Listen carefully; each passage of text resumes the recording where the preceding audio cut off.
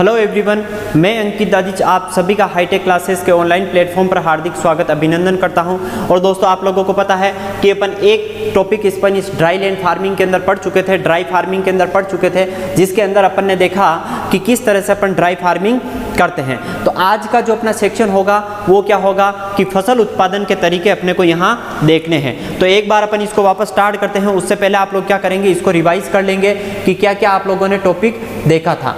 ठीक है, तो टॉपिक देखने के साथ साथ अपन ने क्या क्या किया था वो सारी चीजें अपन इसके अंदर देख लेते हैं। तो सबसे पहले अपन ने क्या देखा था कि ड्राई फार्मिंग क्या होती है, शुष्क खेती क्या होती है, हमारे देश में कितना प्रतिशत शुष्क खेती करते हैं, ये सारी चीजें देखी थी। इसी के अलावा अपन ने देखा था क्या कारण है शुष्क खेती के। कारण के बाद में अपन ने प्रकार देखे थे, तो 3 प्रकार मैंने आप लोगों को बताए थे। शुष्क खेती के कितने प्रकार बताए थे? 3 प्रकार, dry farming, dry land farming और रेन फेड फार्मिंग। इसके अलावा देखिए मृदा नमी संरक्षण के सिद्धांत अपन ने देखे थे, किस तरह से अपन मृदा को नमी, जो मृदा की जो नमी होती है उसको संरक्षित करके लंबे समय तक अपन उत्पादन ले सके। तो मृदा नमी संरक्षण में मैंने आप लोगों को क्या बताया था कि भाई मृदा की जल धारण क्षमता बढ़ाना। कैसे बढ़ाओगे मृदा की जल धारण क्षमता? रबी की फसल कटते ही अपन क्या कर देंगे, गहरी जुताई कर देंगे, मल्चिंग करेंगे और वाष्पोत्सर्जन रोधी जो हार्मोन होते हैं उसका प्रयोग करेंगे। वाष्पोत्सर्जन रोधी हार्मोन का प्रयोग करना, जैसे आप लोगों को पर्णरंध्र बंद करने वाले रसायन, दूसरा प्रकाश का परावर्तन करने वाले रसायन, तीसरा वर्दी को कम करने वाले और पौधे की पत्तियों पर परत बनाने वाले रसायन अपन ने देखे थे। आज जो अपन इस क्लास में देखेंगे कि फसल प्रबंध सिद्धांत, यानी किस तरह से आप लोग फसल को प्रबंधित करके फसल उत्पादित कर सकते हैं। यानी आप ड्राई फार्मिंग में किस तरह का क्रॉप पैटर्न यूज करेंगे, ड्राई फार्मिंग में किस तरह की फसलें उगाओगे, कितनी बीज दर लोगे, कितनी पौधों की संख्या लोगे, किस दिशा में बुआई करोगे, ये सारे जो तरीके होते हैं ये भी क्या है अपने ड्राई फार्मिंग में सहायक होते हैं। तो अपन इसमें देखेंगे फसलों का चयन। पहला क्या देखेंगे? फसलों का चयन, यानी आप किस तरह की फसल को चयन करके आप लोग फसल उत्पादित कर सकते हैं। तो मैं यहाँ कहूँगा कि कम जल चाहने वाली फसलों का चयन करें।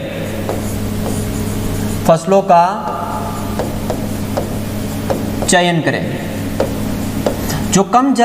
जल चाहने वाली जो फसलें होती है उनका चयन करना चाहिए आप लोगों को। जैसे आप लोगों के पास एग्जाम्पल है ज्वार, बाजरा, अरंडी, ग्वार, तिल, सरसों, ये सारी की सारी है क्या है, कम जल चाहने वाली फसलें होती है। तो इस तरह की कम जल चाहने वाली फसलों का चयन करके भी आप क्या है, मृदा में कम पानी की वजह से भी आप अच्छा उत्पादन ले सकते हैं। तो ये दूसरा जो अपना सिद्धांत है वो किस बेसिस पर है? फसल प्रबंध सिद्धांत के आधार पर, यानी आपको किस तरह का फसल पैटर्न लेना चाहिए। तो मैं यहाँ कह रहा हूँ कि कम जल चाहने वाली जैसे ज्वार, बाजरा, अरंडी, ग्वार, तिल और सरसों को आप लोग बोना चाहिए। ठीक है, सरसों, इससे जो फसलें होती हैं इनको बोना चाहिए। इसी के साथ मैं कहूँ कि खरीफ की फसलों की बुआई, खरीफ के फसलों की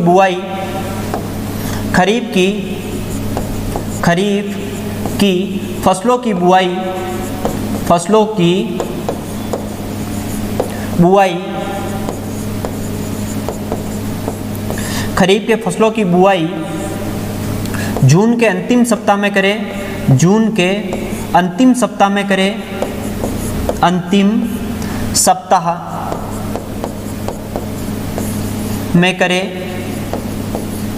ठीक है, जून के अंतिम सप्ताह में करें। तथा दूसरा पॉइंट मैं यहाँ लिखूंगा कि बारिश की देरी होने पर, वर्षा में देरी होने पर अनाज वाली फसलें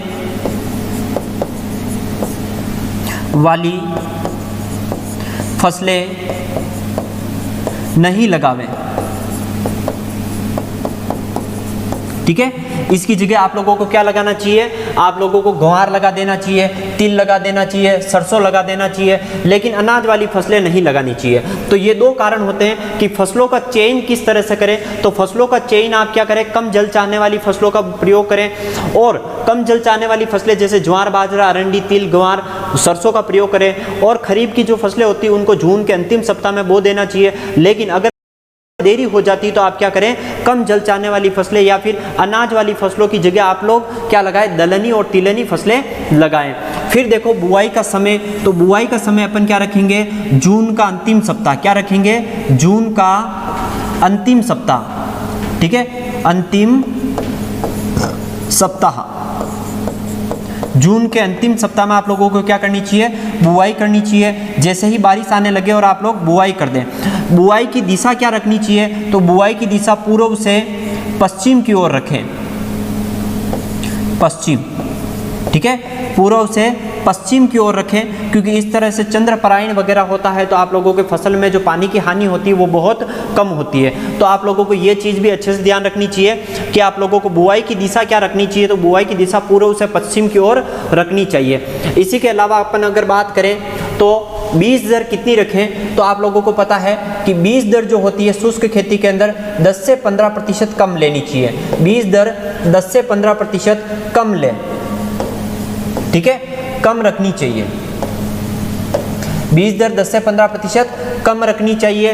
इसी के साथ पौधों की जो संख्या होती है, पौधों की संख्या की अगर बात करें, जो आप लोग अगर बात करें बीज दर, तो बीज दर 10 से 15% अधिक रखें, अधिक, ठीक है, बीज दर 10 से 15% अधिक रखें और पौधों की संख्या 10 से 15% क्या रखें, कम रखें, ठीक है, पौधों की संख्या 10 से 15% कम और बीज दर आप लोगों को क्या है 10 से 15% अधिक रखनी चाहिए, ठीक है। तो ये चीज़ आप लोग ध्यान रखें कि भाई सीधा सा है, फसल से संबंधित प्रबंध में अपन क्या कर रहे थे, फसलों का चयन किया, बुआई का समय देखा, बुआई की दिशा देखी, बुआई की दिशा के साथ साथ अपन ने क्या देखा, बीज दर कितनी लेनी चाहिए। तो बीज दर में आप लोगों ने क्या बोला कि बीज दर में 10 से 15% अधिक बीज दर लेनी चाहिए और पौधों की संख्या 10 से 15% कम लेनी चाहिए। अगर आप लोग शुष्क खेती में उर्वरकों की बात करते हैं तो उर्वरक 20 से 25% कम देने चाहिए। उर्वरक क्या करने चाहिए, 20 से 25% कम प्रयोग करें, ठीक है। नॉर्मल जो आप लोग प्रयोग करते हैं उसमें 20 से 25% कम प्रयोग करना चाहिए। और क्या करना चाहिए, जो फसलों की, जो कुछ फसलों की सूखा प्रतिरोधी किस्में होती है उनका अपने को चयन यहाँ करना पड़ेगा। तो ये कुछ कॉमन पॉइंट है जो किससे है, फसल संबंधित प्रवर्धन से अपन देख रहे हैं कि फसलों का चयन करके या किस तरह से अपन ने दोनों जो सिद्धांत अपन देख रहे हैं, शुष्क फार्मिंग में 2 सिद्धांत अपन ने देखे। पहला तो मृदा नमी को संरक्षित करना और दूसरा जो सिद्धांत है अपने फसलों का चयन, यानी किस तरह की फसलें चयन करेंगे। तो कम जल चाहने वाली, बुआई का समय जून का अंतिम सप्ताह, बुआई की दिशा पूर्व से पश्चिम, ठीक है। इसी के साथ अपन ने क्या किया, बीज दर 10 से 15% अधिक ली, पौधों की संख्या 10 से 15% कम ली, उर्वरकों की संख्या अपन 20 से 25% कम प्रयोग करेंगे। इसी के साथ जो कुछ सूखा प्रतिरोधी किस्में होती है उनका प्रयोग करना चाहिए। ये फसल संबंधी सिद्धांत है। कौन कौन सी सूखा प्रतिरोधी किस्में होती है, जैसे अपन बात करें बाजरा की, तो बाजरा की WCC 75, ठीक है, RH-B 90, इसी के साथ MH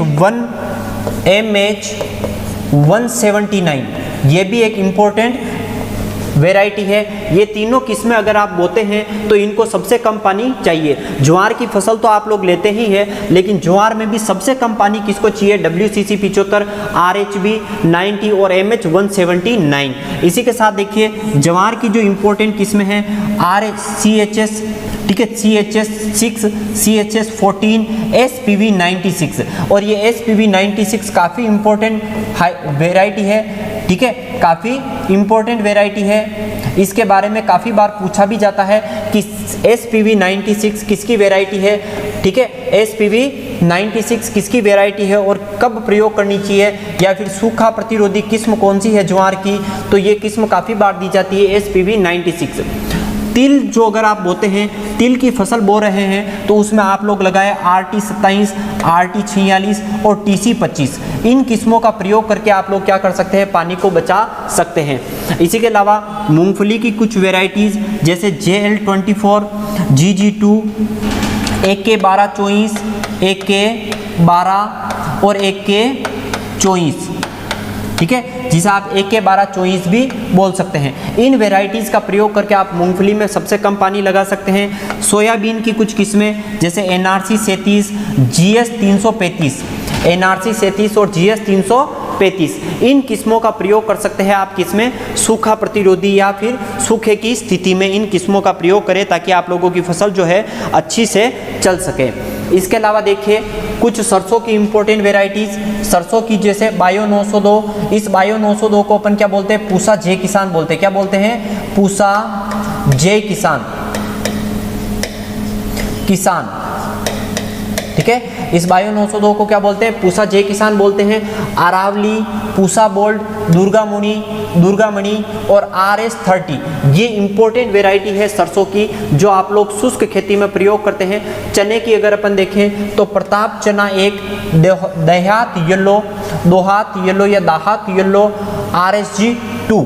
इस RSG2 के साथ साथ इंपॉर्टेंट वेराइटी काफ़ी बार पूछी जाती है RSG2 के बारे में, तो ये भी आप लोग ध्यान रखें। गेहूं जब आप बोते हैं तो गेहूं की सूखा सहनशील किस्में कौन कौन सी है, D134 और मुक्ता। D134 और मुक्ता ये दोनों क्या है, कम पानी चाहती है, तो आप इनका प्रयोग कर सकते हैं। जो कि सबसे इंपॉर्टेंट वेराइटी RD31, कौन सी है, RD31। मक्का की इंपॉर्टेंट वेराइटी कौन सी है, संकुल, अगेती 76 और D765। ये इंपॉर्टेंट वेराइटीज है जो आप लोग क्या है, सूखे की स्थिति में आप फसल में लगाकर क्या कर सकते हैं, फसलों को पानी की बचत कर सकते हैं और सूखे की स्थिति में भी आराम से अच्छा सा फसल उत्पादन ले सकते हैं। फिर देखिए ग्वार की कुछ किस्में जैसे दुर्गापुरा सफ़ेद, दुर्गापुरा जे और RGC 936। ये आप लोगों के RGC 936 काफ़ी बार जेट, ठीक है, PG, प्री PG, ठीक है, जेट या ICR UG और इसी के अलावा AAO, एग्रीकल्चर सुपरवाइजर। इन एग्जामों में काफ़ी बार ये वेराइटीज़ पूछी हुई है कि RGC 936 किसकी वेराइटी है, तो ग्वार की वेराइटी होती है। फिर अगले देखिए मूंग के ऊपर पूछते हैं तो K851 इंपॉर्टेंट वेराइटी है। इसी के साथ RNG राजस्थान मूंग 62 ये भी इंपॉर्टेंट वेराइटी है और पूसा बैसाखी, ठीक है। इसके अलावा देखिए मोट की कौन कौन सी वेराइटीज आप ग्रो कर सकते हैं, जैसे RMO 40, जड़िया, ज्वाला, ICPMO 880, ठीक है। अरहर की वेराइटीज देखिए तो प्रभात, T21, T37 किसकी वेराइटी है, तारामीरा की वेराइटी है। ये इंपॉर्टेंट ध्यान रखना। T37 किसकी वेराइटी है, तारामीरा की वेराइटी। T9 किसकी है, उड़द की वेराइटी है, ठीक है। T9 किसकी वेराइटी है, उड़द की वेराइटी, T9 उड़द की, यानी जिसे आप क्या बोलते हैं, ब्लैक ग्राम बोलते हैं, ब्लैक ग्राम।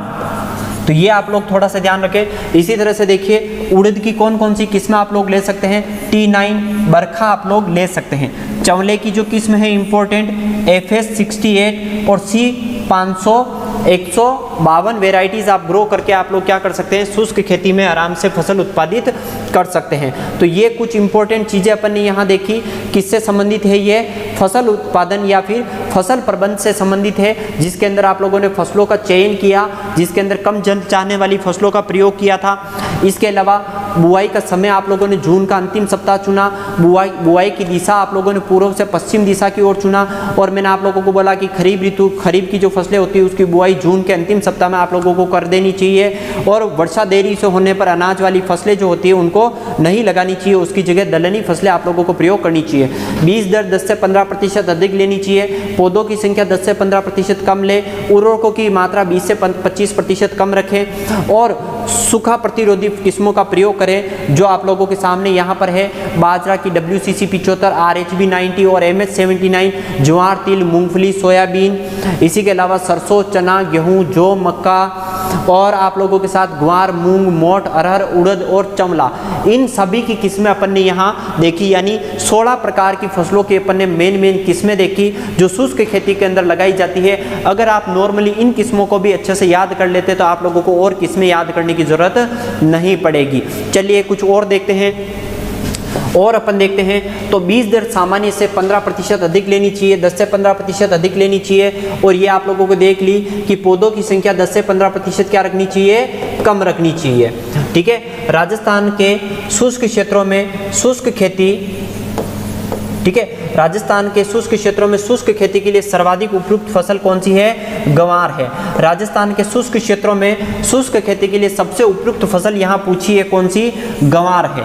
ठीक है, तो आप लोगों से काफी बार पूछा जाता है कि राजस्थान के शुष्क क्षेत्रों में शुष्क खेती के लिए सबसे उपयुक्त फसल कौन सी होती है? तो गंवार होती है। इसके अलावा अपन देखते हैं कि सूखा किसे कहते हैं? क्या कहते हैं? सूखा, ड्रॉट। ये भी काफी बार क्वेश्चन आता है कि सूखा से आप क्या समझते हैं? तो मैं आप लोगों को बोलूं, यदि वार्षिक वर्षा, यदि किसी क्षेत्र में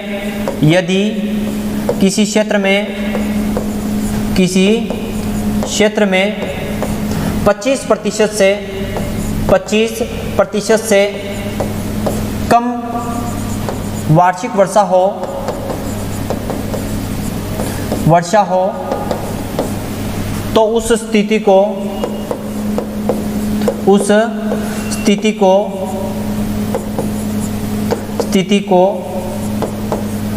ठीक है, सामान्य जो वर्षा है किसी क्षेत्र में 25% से कम वार्षिक वर्षा हो, ठीक है, किसी भी क्षेत्र में सामान्य वर्षा से, किसी भी क्षेत्र में सामान्य वर्षा से किसी भी क्षेत्र में सामान्य वर्षा से किसी भी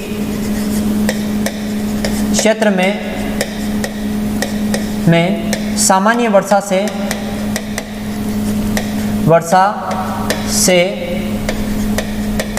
ठीक है, सामान्य वर्षा से 25% से कम वार्षिक वर्षा है तो आप उससे क्या बोल सकते हैं? उस स्थिति को क्या बोल सकते हैं? सूखा बोल सकते हैं। क्या बोल सकते हैं? सूखा, जिसे आप क्या बोलते हैं? ड्रॉट बोल सकते हैं। ठीक है, उस स्थिति को अपन क्या बोलेंगे?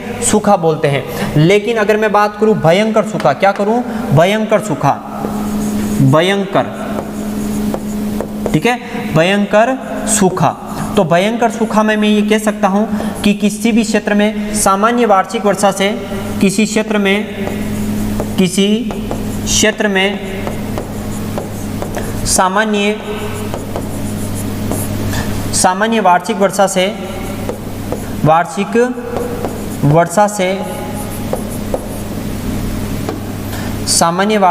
से 50% कम वर्षा, ठीक है, सामान्य वर्षा से 50% कम वर्षा अगर हो रही है, उस कंडीशन को अपन क्या बोलेंगे? भयंकर सूखा बोल सकते हैं।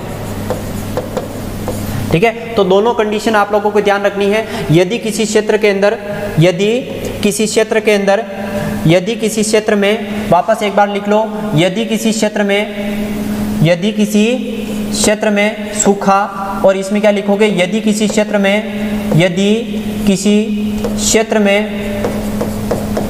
क्षेत्र में सामान्य वर्षा से 25% कम वर्षा हो, उस स्थिति को अपन क्या बोलेंगे? सूखा बोलेंगे। और भयंकर सूखा में क्या लिख रहे हैं? भयंकर सूखा में अपन ये कह रहे हैं कि सामान्य वर्षा से 50% कम वर्षा, 50% कम वर्षा। ठीक है, ऐसी जो स्थिति होती है उसे अपन किस में काउंट करते हैं? भयंकर सूखा में काउंट करते हैं। तो ये कॉमन चीजें अपन ने यहाँ देखी, है। इसके अलावा जो कुछ इंपॉर्टेंट पॉइंट आप लोगों के थे वो सारा इस रेन फेड फार्मिंग के अंदर अपन ने कंप्लीट किया। तो एक बार आप लोग इसको रिवाइज कर लें कि रेन फेड फार्मिंग यानी ड्राई फार्मिंग क्या होती है, शुष्क खेती क्या होती है। शुष्क खेती का जो मेन आधार होता है वो क्या होता है? मृदा नमी संरक्षित करके फसल उत्पादन करना। शुष्क खेती का मेन आधार क्या है? कि मृदा नमी को संरक्षित करके उत्पादन लेना। भारत के अंदर 70% शुष्क खेती की जाती है, जिसके अंदर से 40% उत्पादन होता है। राजस्थान में 75% शुष्क खेती की जाती है। शुष्क खेती के कम होने के कारण क्या थे भाई? शुष्क खेती के कम होने के कारण है अधिक तापमान, वर्षा में कमी और आप लोगों के रेतीली मृदा। इसी के साथ साथ देखें कि ड्राई फार्मिंग क्या होती है, तो ऐसे क्षेत्र जहां पर 750 mm से कम वार्षिक वर्षा हो, ऐसे क्षेत्र जहां पर 750 mm से कम वार्षिक वर्षा हो और इन क्षेत्रों के अंदर मृदा नमी को संरक्षित करके फसल उत्पादित की जाती है। राजस्थान के अंदर कोटा संभाग में डूंगरपुर बांसवाड़ा को छोड़कर समस्त राजस्थान के अंदर शुष्क खेती ही की जाती है। इसके अलावा देखिए, इसके अलावा ड्राई लैंड फार्मिंग ऐसे क्षेत्र जहां पर 750 से 1150 mm के बीच में वार्षिक वर्षा हो रही है उसे अपन क्या बोल रहे हैं, रेनफेड फार्मिंग बोल रहे हैं। यहां पर आपको मृदा नमी भी संरक्षित करनी पड़ेगी और जल निकास भी करना पड़ेगा। और राजस्थान के डूंगरपुर, बांसवाड़ा और कोटा संभाग के अंदर यही खेती की जाती है। इसके अलावा रेनफेड फार्मिंग ऐसे क्षेत्र जहां पर 1150 mm से अधिक वार्षिक वर्षा है वहां पर रेनफेड फार्मिंग करेंगे और वहां क्या करना पड़ेगा, आपको जल निकास करना पड़ेगा। इसके अलावा ये देखिए सारा कॉन्सेप्ट मैंने यहाँ क्लियर कर दिया था। इसके अलावा मृदा नमी संरक्षण के सिद्धांत अपन ने देख लिए थे कि मृदा नमी संरक्षण में पहले अपने को क्या करना पड़ेगा, मृदा की जल धारण क्षमता बढ़ानी पड़ेगी। जल धारण क्षमता बढ़ाने के साथ साथ आपको मल्चिंग करनी पड़ेगी। मल्चिंग के साथ साथ वाष्पोत्सर्जन कम करने वाले जो रसायन है जितने भी, उनका आप लोगों को प्रयोग करना पड़ेगा। ऐसे रसायन जो क्या करते हैं, कौन कौन से वाष्पोत्सर्जन रोधी हार्मोन रसायन है, तो पर्णरंध्रों को बंद करने वाले जैसे फिनाइल मर्क्यूरिक एसिड, ठीक है, एसीटेट, एट्राजीन, एब्सिसिक एसिड और CO2। ऐसे रसायन जो प्रकाश का परावर्तन करते हैं जैसे केओलिन का 5% 1000 लीटर घोल में अपन छिड़काव करते हैं। इसी के साथ देखो वर्दी को कम करने वाले, परत बनाने वाले और फसल प्रबंध से सिद्धांत अपन ने यहाँ देखे थे। ये सारा का सारा अपना कॉन्सेप्ट क्या है, ड्राई लैंड फार्मिंग से कंप्लीट होता है। आज के लिए इतना ही। Thank you so much. ये आप लोगों की पूरी क्या होती है, ड्राई लैंड फार्मिंग होती है। Thank you so much. जय हिंद, जय भारत।